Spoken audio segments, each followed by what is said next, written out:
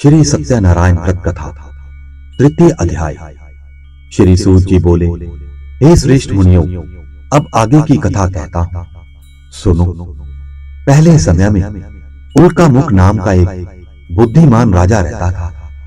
वह सत्यव्यक्ता और जितेंद्रिय था। प्रतिदिन देव स्थानों पर जाता तथा गरीबों को धन देकर उनके कष्ट दूर करता था। उसकी पत्नी कमल के समान मुख वाली और सती साध्वी थी।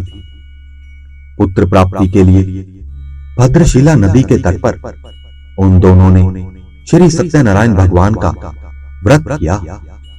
उस समय में वहां एक साधु नामक वैश्य आया।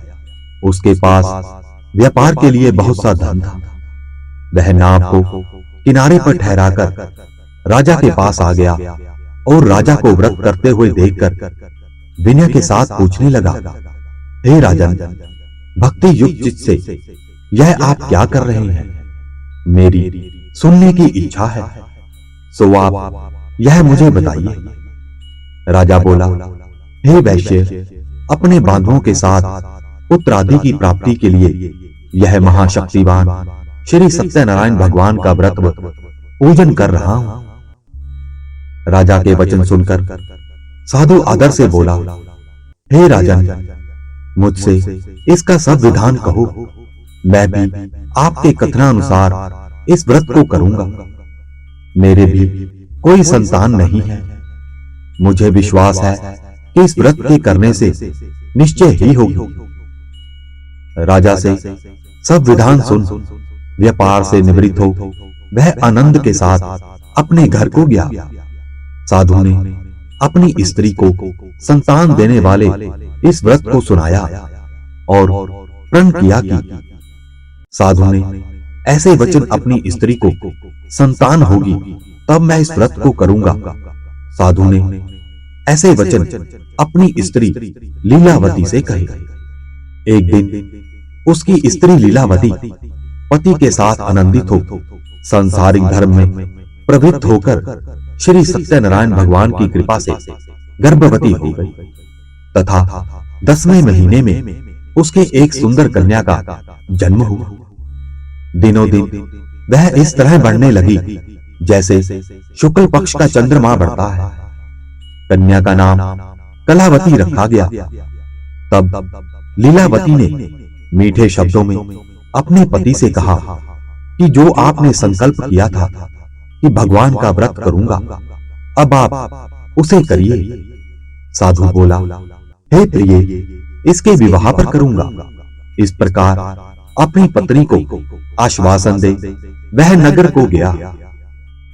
कलावती पितृगृह में वृद्धि को प्राप्त हो गई।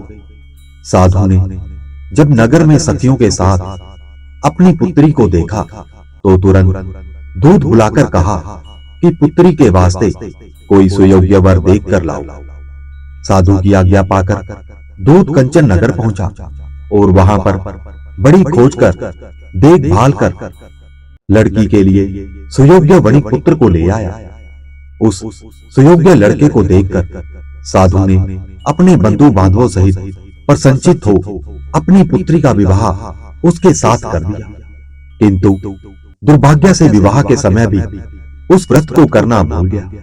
तब श्री सत्यनारायण भगवान क्रोधित हो गए और साधु को श्राप दिया कि तुम्हें दारुण दुख प्राप्त होगा। अपने कार्य में कुशल साधु वैश्य अपने जमाता सहित समुद्र के समीप स्थित रत्नापुर नगर में गया और वहां दोनों ससुर जमाई चंद्रकेतु राजा के उस नगर में व्यापार करने लगे। एक दिन भगवान श्री सत्यनारायण की माया से प्रेरित कोई चोर राजा का धन चुराकर भागा जा रहा था। किंतु राजा के दूतों को आता देखकर चोर घबराकर भागते हुए धन को वहीं चुपचाप रख दिया जहां वे ससुर जमाई ठहरे हुए थे। जब दूतों ने उस साधु वैश्य के पास राजा के धन को रखा देखा तो वे दोनों को बांध कर ले गए और राजा के समीप जाकर बोले, हे राजन, यह दो चोर हम पकड़ कर लाए हैं, देखकर आज्ञा दीजिए।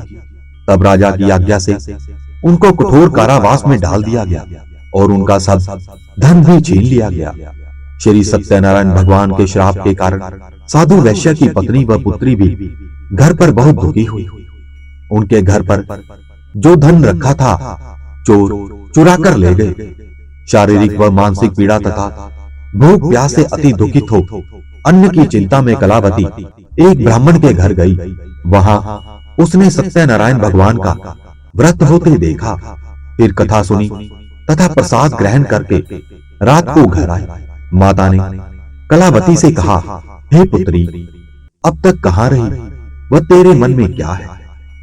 कलावती बोली, हे माता, मैंने एक ब्राह्मण के घर श्री सत्यनारायण भगवान का व्रत होते देखा है। कन्या के वचन सुनकर लीलावती भगवान के पूजन की तैयारी करने लगी। लीलावती ने परिवार और बंधुओं सहित श्री सत्यनारायण भगवान का पूजन किया और वर मांगा कि मेरे पति और दामाद शीघ्र घर आ जाएं। साथ ही प्रार्थना की कि हम सबका अपराध क्षमा करो। श्री सत्यनारायण भगवान इस व्रत से संतुष्ट हो गए और राजा चंद्रकेतु को स्वप्न में दर्शन देकर कहा, हे राजा, जिन दोनों वैश्यों को तुमने बंदी बना रखा है वे निर्दोष हैं। उन्हें प्रातः ही छोड़ दो और उनका सब धन जो तुमने ग्रहण किया है लौटा दो, अन्यथा मैं तेरा धन, राज्य, पुत्र आदि सब नष्ट कर दूंगा। राजा से ऐसे वचन कहकर भगवान अंतर्ध्यान हो गए। प्रातःकाल राजा चंद्रकेतु ने सभा में अपना स्वप्न सुनाया। फिर दोनों वणिक पुत्रों को कैद से मुक्त कर सभा में बुलाया। दोनों ने आते ही राजा को नमस्कार किया। राजा मीठे वचनों से बोला, हे महानुभावो, तुम्हें भावी वश ऐसा कठिन दुख प्राप्त हुआ है, अब तुम्हें कोई भय नहीं है। ऐसा कहकर राजा ने उनको नए नए वस्त्राभूषण पहनवाए तथा उनका जितना धन लिया था उससे दुगना धन देकर आदर सहित विदा किया। दोनों वैश्य अपने घर को चल दिए।